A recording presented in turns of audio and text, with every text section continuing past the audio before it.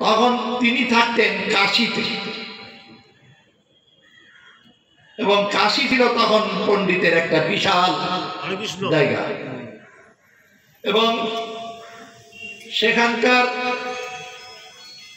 যিনি গুরুদেব তার নাম হলো প্রকাশানন্দ সরস্বতী।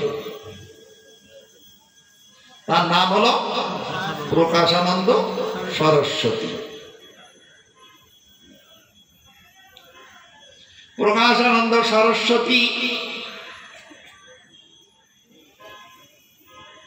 তার শুধু সন্ন্যাসী শিষ্য ছিল 10,000, সন্ন্যাসী শিষ্য ছিল 10,000, আর গৃহী যে কয় লাখ শিষ্য তার ঠিক নেই। এত তার প্রভাব, এত তার পাণ্ডিত্য, অর্থাৎ কাশীতে তিনি শ্রেষ্ঠতা। তারই একজন সন্ন্যাসী শিষ্য একদিন মহাপ্রভুকে দর্শন করে এসে প্রকাশানন্দ সরস্বতীকে বলছেন, মহাপ্রভুর সন্ন্যাস নাম কি? শ্রীকৃষ্ণ চৈতন্য। মহাপ্রভুর সন্ন্যাস নাম হলো শ্রীকৃষ্ণ চৈতন্য। শ্রীকৃষ্ণ চৈতন্য নামে একজন সন্ন্যাসীকে দেখলাম, তিনি একবার সাক্ষাৎ ভগবান হবেন। ভগবান ছাড়া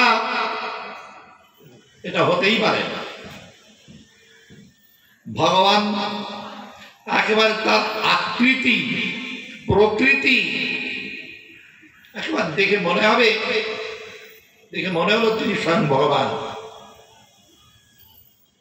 আর শুনেই প্রকাশানন্দ সরস্বতী তেলে বেগুনে জ্বলে উঠলেন। তেলে বেগুনে জ্বলে উঠা তো ভালোই বোঝো, তোমরা তো রান্না করো, তেলে বেগুন ভাজলে কেমন লাগে, কেমন শব্দ হয়, এটা তো ভালোই জানো। এরকম তেলে বেগুনে জ্বলে উঠলেন। এই ওর কাছে কেন গেছিস? একটা ঐন্দ্রদারিক উচ্ছৃঙ্খল